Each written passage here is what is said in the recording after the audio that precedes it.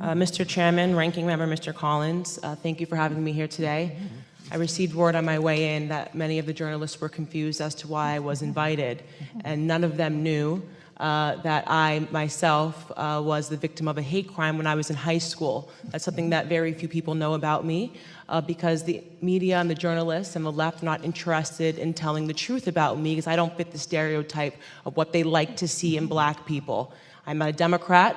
I support the President of the United States, and I advocate for things that are actually affecting the black community. I'm honored to be here today in front of you all because the person sitting behind me is my 75-year-old grandfather. I've always considered myself to be my grandfather's child, and I mean to say that my sense of humor, my passion, and my work ethic all comes from the man that is sitting behind me. My grandfather grew up on a sharecropping farm in the segregated South. He grew up in an America where words like racism and white nationalism held real meaning under the Democrat Party's Jim Crow laws. My grandfather's first job was given to him at the age of 5 years old, and his job was to lay tobacco out to dry in an attic in the South. My grandfather has picked cotton, and he has also had experiences with a Democrat terrorist organization of that time, the Ku Klux Klan. They would regularly visit his home and they would shoot bullets into it. They had an issue with his father, my great-grandfather. During my formative years, I had the privilege of growing up in my grandfather's home. It's going to shock the committee, but not once, not in a single breath of a conversation did my grandfather tell me that I could not do something because of my skin color. Not once did my grandfather hold a gripe against the white man.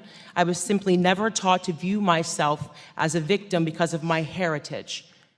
I learned about faith in God, family, and hard work. Those were the only lessons of my childhood. There isn't a single adult today that in good conscience would make the argument that America is a more racist or a more white nationalist society than it was when my grandfather was growing up.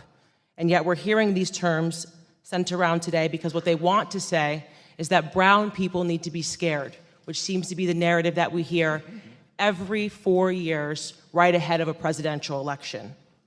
Here are some things we never hear. 75% of the black boys in California don't meet state reading standards. In inner cities like Baltimore, within 5 high schools and 1 middle school, not a single student was found to be proficient in math or reading in 2016. The single motherhood rate in the black community, which was at 23% in the 1960s when my grandfather was coming up, is at a staggering 74% today. I am guessing there will be no committee hearings about that. There are more black babies aborted than born alive in cities like New York, and you have Democrat Governor Andrew Cuomo lighting up buildings to celebrate late-term abortions. I could go on and on. My point is that white nationalism did not do any of those things that I just brought up. Democrat policies did. Let me be clear. The hearing today is not about white nationalism or hate crimes. It's about fear-mongering, power, and control. It's a preview of the Democrat 2020 election strategy, same as the Democrat 2016 election strategy. They blame Facebook, they blame Google, they blame Twitter. Really, they blame the birth of social media, which has disrupted their monopoly on minds. They called this hearing because they believe that if it wasn't for social media, voices like mine would never exist, that my movement, BLexit, which is inspiring black Americans to leave the Democrat Party, would have never come about. And they certainly believe that Donald Trump would not be in office today. Looking on the next thing to focus on now that the Russian collusion hoax has fallen apart. What they won't tell you about the statistics and the rise of white nationalism is that they've simply changed the data set points by widening the definition of hate crimes and upping the number of reporting agencies that are able to report on them. What I mean to say is that they're manipulating statistics. The goal here is to scare blacks, Hispanics, gays, and Muslims into helping them censor dissenting opinions, ultimately into helping them regain control of our country's narrative, which they feel that they lost. They feel that President Donald Trump should not have beat Hillary. If they actually were concerned about white nationalism, they would be holding hearings on Antifa, a far-left, violent, white gang who determined one day in Philadelphia in August that I, a black woman, was not fit to sit in a restaurant. They chased me out, They yelled race traitor to a group of black and Hispanic police officers who formed a line to protect me from their ongoing assaults. They threw water at me, they threw eggs at me, and the leftist media remained silent on it. If they were serious about the rise of hate crimes, they may perhaps be examining themselves and the hate that they have drummed up in this country.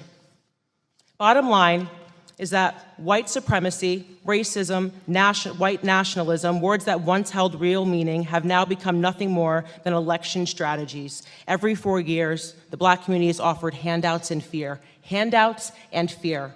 Reparations and white nationalism. This is the Democrat preview. Of course, society is not perfectible. We've heard testimony of that today. There are pockets of evil that exist, and those things are horrible, and they should be condemned. But I believe the legacy and the ancestry of black Americans is being insulted every single day. I will not pretend to be a victim in this country, and I know that that makes many people on the left uncomfortable. I want to talk about real issues in black America. I want to talk about real issues in this country and real concerns. The biggest scandal, this is my last sentence, in American politics is that Democrats have been conning minorities into the belief that we are perpetual victims, all but ensuring our failure. Racial division and class warfare are central to the Democrat Party platform. They need blacks to hate whites, the rich to hate the poor, and soon enough it'll be the tall hating the short. The time of the witness has expired. Ms. Clark.